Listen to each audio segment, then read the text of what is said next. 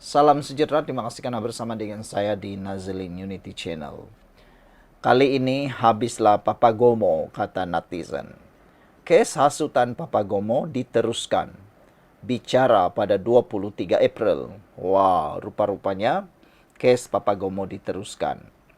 Mahkamah Session di Kuala Lumpur hari ini diberitahu bahawa pihak pendakwaan akan meneruskan kes hasutan membabitkan blogger Papagomo atau nama sebenarnya Wan Muhammad Azri Wan Deris. Timbalan pendakwa raya Muhammad Amir Hamzah Hijaman berkata, pihaknya telah menerima arahan daripada Jabatan Peguam Negara untuk meneruskan kes tersebut setelah mendapati siasatan kes berkenan lengkap. Saya percaya untuk kes ini masih ada lagi ramai saksi dan kita telah tetapkan tarikh perbicaraan pada 23 dan 30 April ini, katanya ketika prosiding di hadapan Hakim Nurma Ismail. Sebelum ini, Wan Muhammad Azri atau Papagomo telah mengemukakan representasi bagi menggugurkan pertuduhan menghasut yang dihadapinya. Pada 2 Mei 2024, Wan Muhammad Azri atau Papagomo 42 tahun mengaku tidak bersalah atas pertuduhan menerbitkan penerbitan menghasut berkaitan isu pemilik KK Supermart, Superstore dan Sdn Berhad menghadap yang di Pertuan Agong Sultan Ibrahim di laman X miliknya.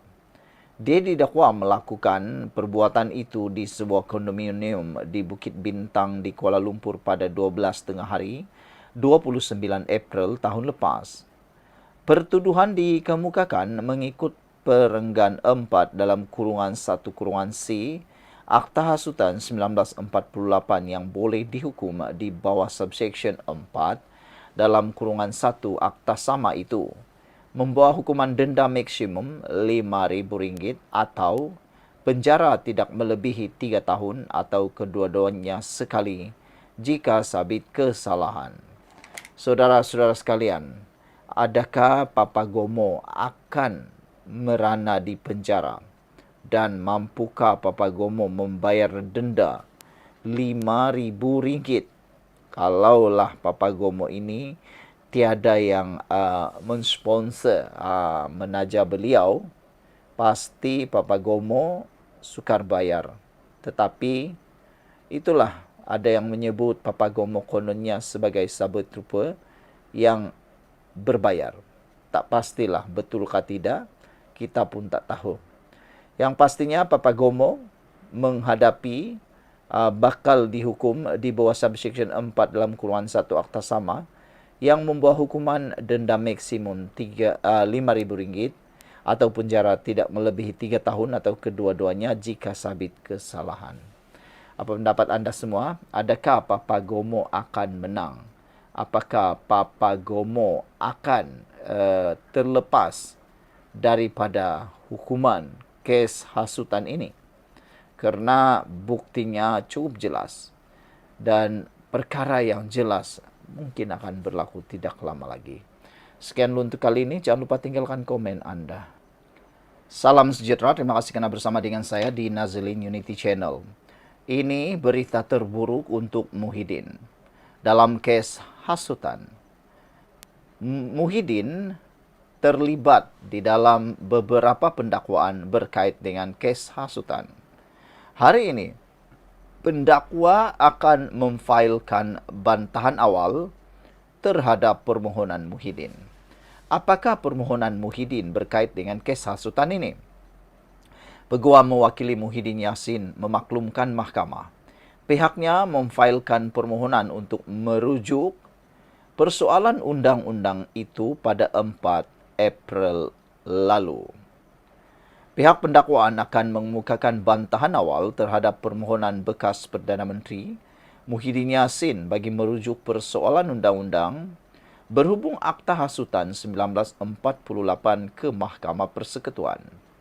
Timbalan pendakwa raya Razali C. Ani memaklumkan perkara itu kepada Hakim Mahkamah Tinggi Muhammad Jamil Hussein ketika pengurusan kes hari ini.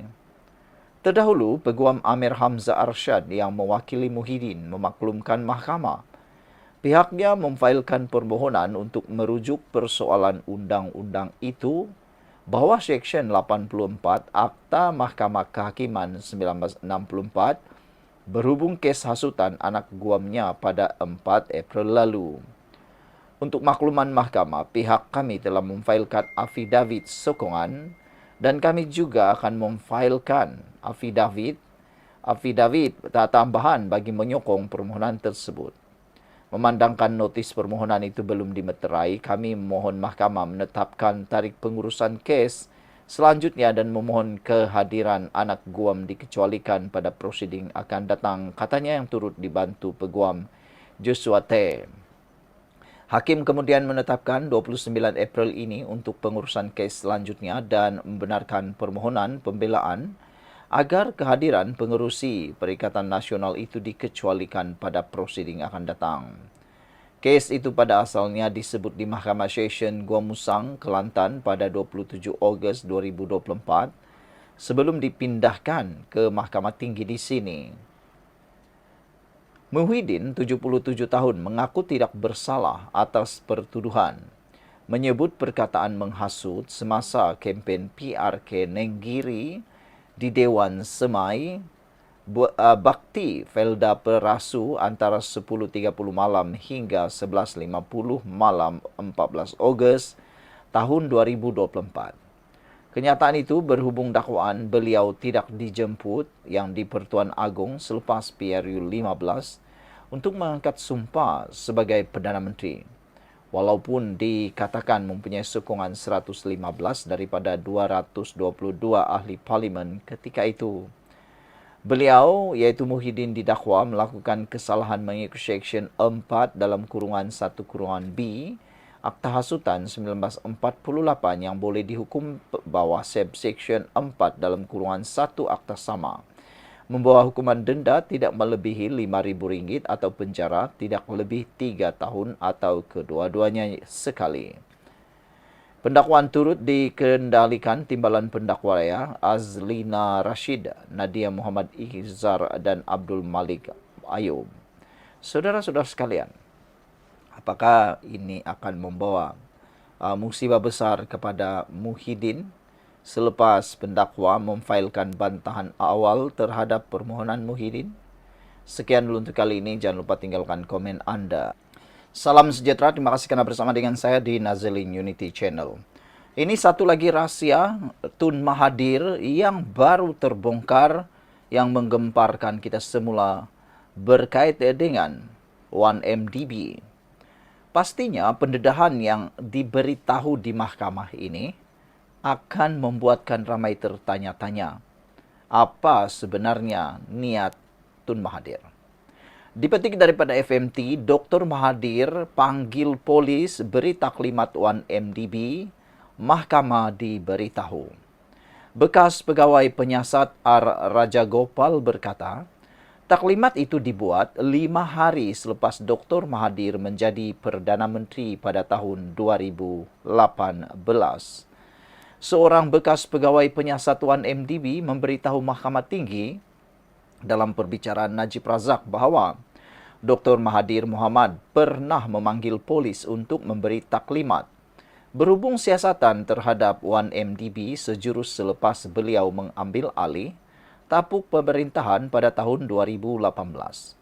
R. Rajagopal berkata pada 15 Mei 2018, beliau bersama Ketua Polis Negara ketika itu, Fuzi Harun, dan bekas pengarah Jabatan Siasatan Jenayah Komersial Bukit Aman, Amar Singh, pergi ke Yayasan Kepimpinan Perdana di Putrajaya untuk bertemu dengan Perdana Menteri yang baru dilantik itu. Saya pergi bersama Fuzi dan Amar untuk memberi taklimat kepada Tun Mahathir menggunakan pembantangan PowerPoint di Yayasan Kepimpinan Perdana hanya 5 hari selepas beliau menjadi Perdana Menteri. Saya mengetengahkan bahawa berdasarkan siasatan hasil daripada 1MDB telah masuk ke dalam akaun Najib. Mahathir berkata, kamu perlu lengkapkan siasatan dengan bukti.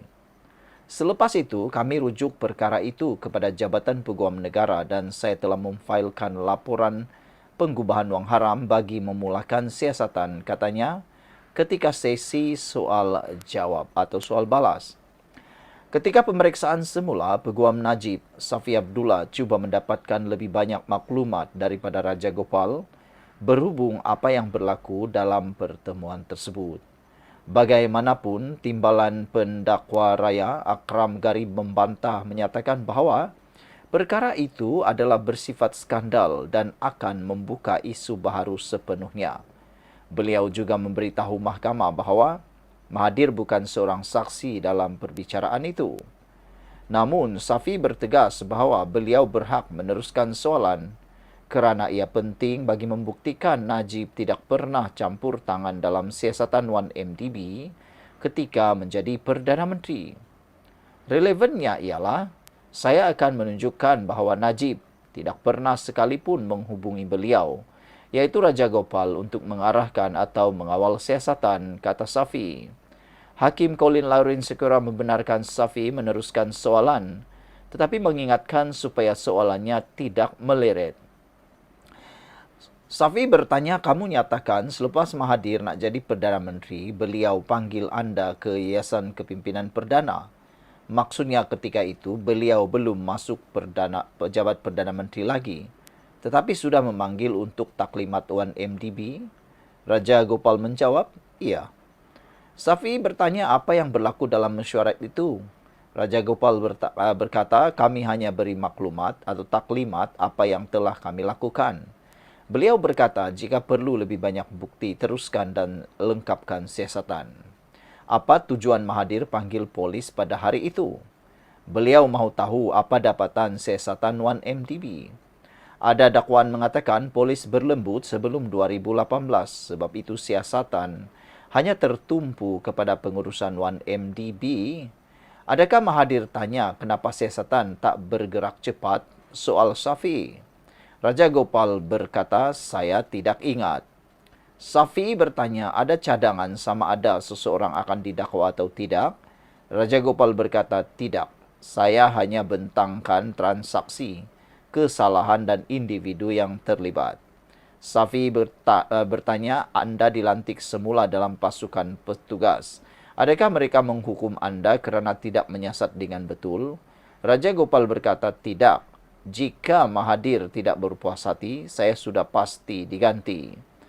Terdahulu, Raja Gopal yang bersara 2 tahun lalu memberi keterangan bahawa berdasarkan siasatan polis, bekas CEO 1MDB Sahrul Azral Ibrahim Helmi dan Ketua Pegawai Kewangan Azmi Tahir tidak mendapat manfaat daripada mana-mana transaksi syarikat itu selain daripada gaji dan bonus mereka.